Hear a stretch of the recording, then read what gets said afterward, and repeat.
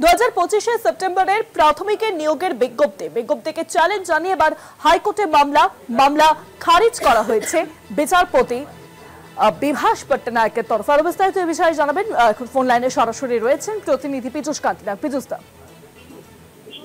দেখা যায় 2023 এবং 2025 যে সমস্ত ডিএলএড এর প্রয়োগরা রয়েছে তারা 2025 সেপ্টেম্বর মাসে প্রাথমিক নিয়োগ প্রক্রিয়ায় অংশগ্রহণ করতে চেয়ে কলকাতা হাইকোর্টে মামলা দায়ের করেন।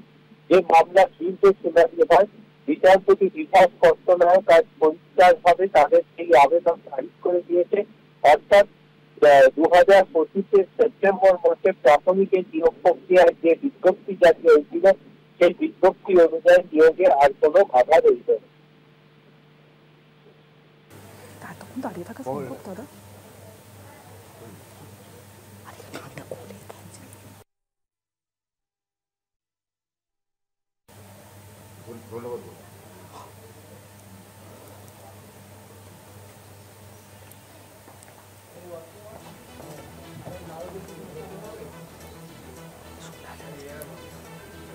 অনেক ধন্যবাদ পীযূষ দা, ফোন লাইনের সঙ্গে ছিলেন প্রতিনিধি পীযূষ কান্তি নাগ।